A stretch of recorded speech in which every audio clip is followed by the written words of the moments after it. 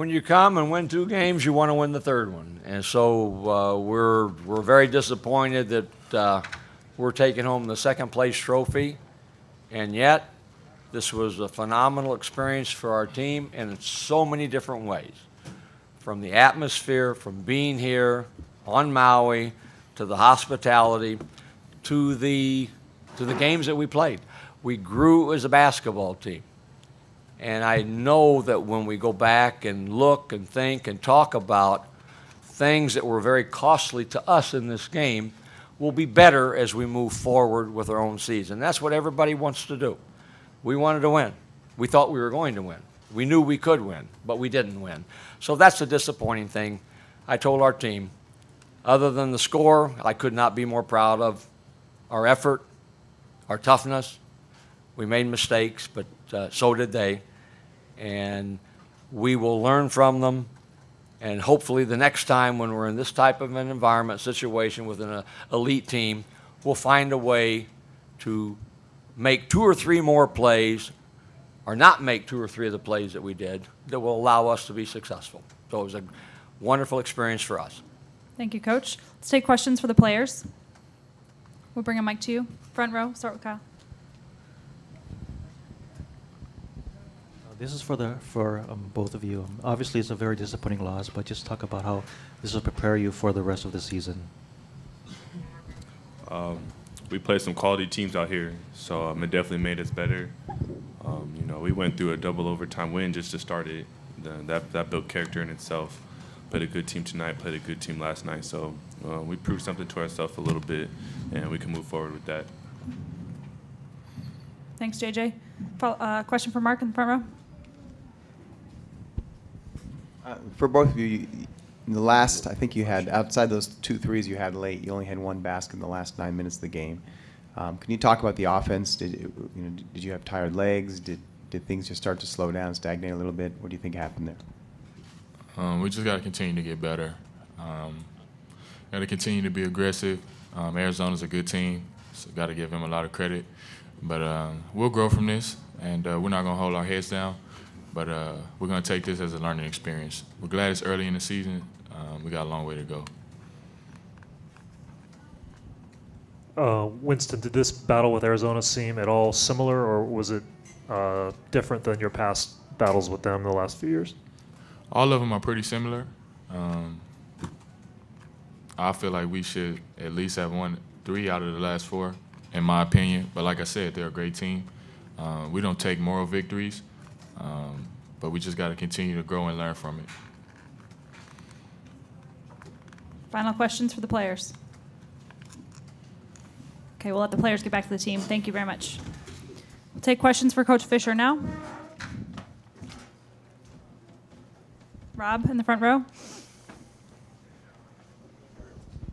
Gosh, Coach, it was a really good game, but what a defensive battle it was. Can you talk a little bit about just both teams on the defensive end? They're good. They're long. They're athletic. What appears to be a good look sometimes gets blocked, sometimes gets altered because of the length and the aggressiveness. And that happened to us. We took a couple of shots that we shouldn't have taken, and they made us pay. When we, if you're shooting a perimeter shot and you get it blocked, then it's probably not a good shot. If you're on the bounce taking it to the rim, it's a little different story.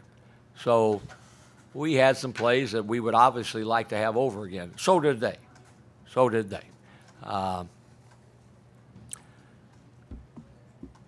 They have length. They have elite athletes at multiple spots, and they make it hard for you to score. So do we. And I think 61-59 game is indicative of that. We had a couple plays where, if you, and I'll go back and look at all, if I talk to you tomorrow, I'd have a couple more.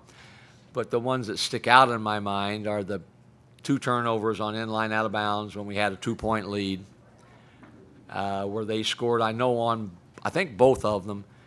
And then we had another turnover shortly after that. So we had 3 turnovers in like 4 possessions. And they hit us. They hit us in the chops, and we didn't respond the way we needed to. We did regain our composure and come back, but that was a critical little stretch there. Mark? I want to ask you the same thing as the players. You've said all along this offense is going to be a work in progress and it's going to be different than last season. But it seemed you guys reverted a lot to screen roll late in the game, and obviously you don't have Xavier Thames. Is this just part of the learning maturation process for this team to go through stretches like that in a big game? I think it is. Again, if we could roll back the clock and know what I know now, we as coaches would probably have tried to do some other things before we ended up in a pick and roll. So yeah, we're growing, as is every team that came here, and we'll be better served because of it. But you have to find a way to make a play, and I thought we right to the end when we threw the home run play and said, let's see if we can make it work. And Winston went up and got it and shot a basket. So now there was a gasp of breath still left in us. So we competed hard. But we got to get better, and that's why we came here. And this will help us get better. Go ahead, Rob. Coach, you guys leave here 2-1. BYU, who you went double overtime with on Monday, leaves here 1-2. Their only win over Chaminade. Does that kind of illustrate the razor's edge and how quality this tournament can be, and how it really takes a great effort to get much out of this tournament? I think that's exactly the mindset that I had when we came over here. I watched BYU's game today. Dave Rose and Cheryl Rose are good friends of the Fishers. And Angie and I talked. And I said, one play, and that could have been us in the first game. And one play, and they could have been playing for the championship. So there is that razor's edge, and there's quality right down the line. You look at the teams that were here. They are good teams that were here. And I told our team before the game, when I was a high school coach a long time ago, I had the thought of the year, and I thought I was clever. And my first year, it was George Allen from his book, and I had a big hand in the trophy case.